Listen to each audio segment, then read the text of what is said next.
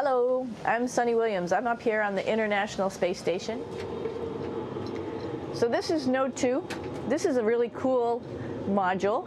Of course, most of these modules you'll see they have 4 sides and they're put together. That way we could sort of work on a flat plane, either a wall, a floor, another wall, or the ceiling. But you know, again, all you have to do is turn yourself and your reference changes.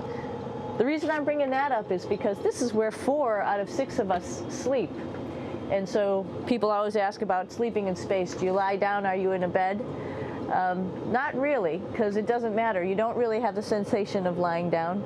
You just sit in your sleeping bag. So here's one sleep station right here. I'm going in right now. You can follow me if you want. So I'm inside. It's sort of like a little phone booth, but it's pretty comfy. I've got a sleeping bag right here that we sleep in, so we don't have sort of like a little bit of a cover. We don't fly all over the place.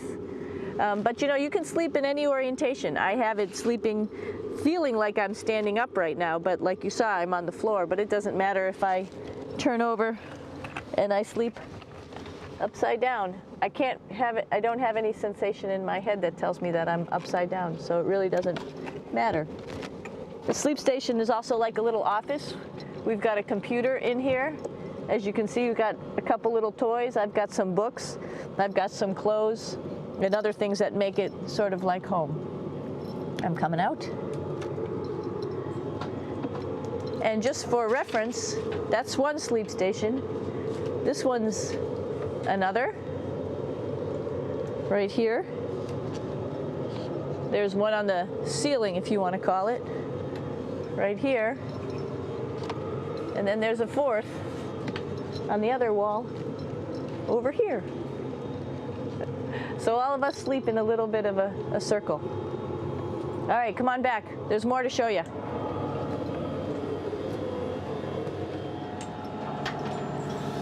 I know that there's some questions about how to use the bathroom and how do you actually live in space like normal, like at home. I mentioned real quickly about getting up in the morning and brushing your teeth and washing your face.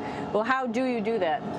Well, here is the bathroom essentially. You get up in the morning and we have a little kit and it has all the essential things that you need, like your toothbrush and toothpaste and brush. See how much better the brush makes my hair look? I'm just joking. It still stands up straight. It doesn't matter where you are. It's always going to stand up straight while you're up in space. A lot of people ask about toothbrush and toothpaste. So, luckily enough, toothpaste, you can do it upside right this way, is sticky, and so it sticks to your toothbrush. No problem. Another cool thing is that water sticks to your toothbrush too. If you can see it, I'll have some water come out. The water is pretty neat up in space. It'll stick to your toothbrush and it will make a big bubble, and that's just by surface tension. And then you can drink it. So a lot of people ask about what do you do with the toothpaste after you brush your teeth.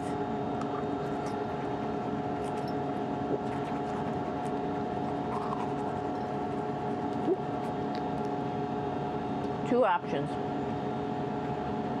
Swallow it, and it's sort of like mouthwash, but it tastes a little gross. Or you can just spit it out in a paper towel, and then you don't have to worry about it. Swallowing thing I wouldn't recommend at home. I'm only up here for 4 months, so it's not that bad. One of the most pressing questions about living in space, of course, is the bathroom. So let's take a look at that little piece of work. Come on in.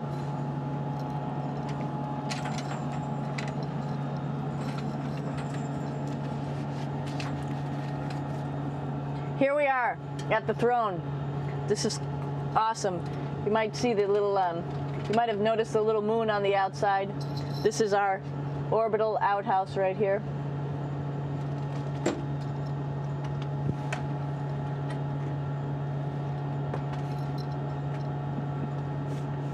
And of course, it serves for two functions. Number 2, right here. I'll show you. But you see it's pretty small, so you have to have pretty good aim, and you'll be ready to make sure things get let go the right direction. And it smells a little bit, so I'm closing it up. And that's of course for number 2.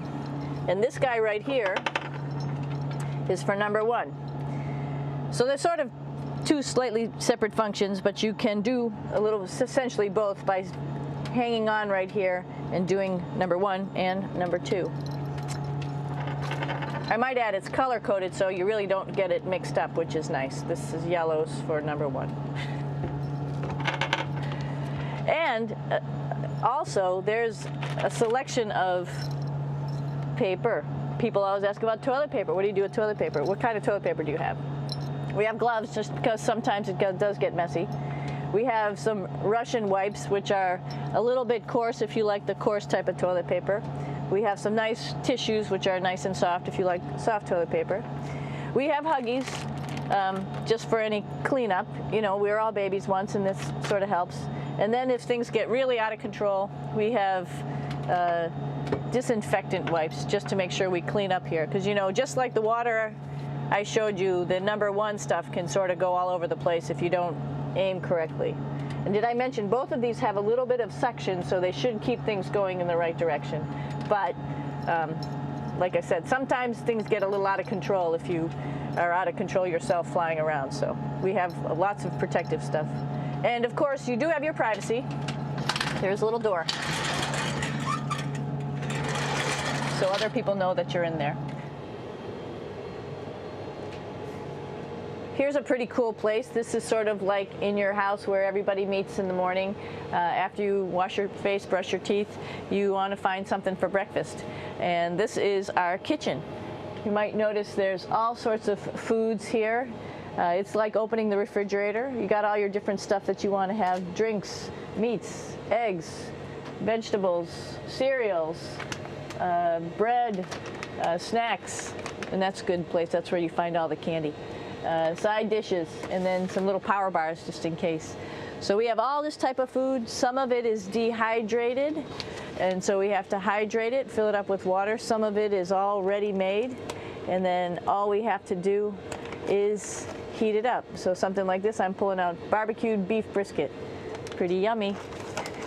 Not only is this food made in the US, but we also have food here from Japan.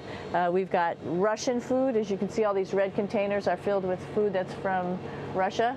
And then we get some of our specialty stuff, some things that we like, some of our favorite stuff that your family can send up. In fact, I like fluffernutters, and so I got sent up some fluff so I could make my fluffernutter with peanut butter. So you have a lot of food up here, no problems.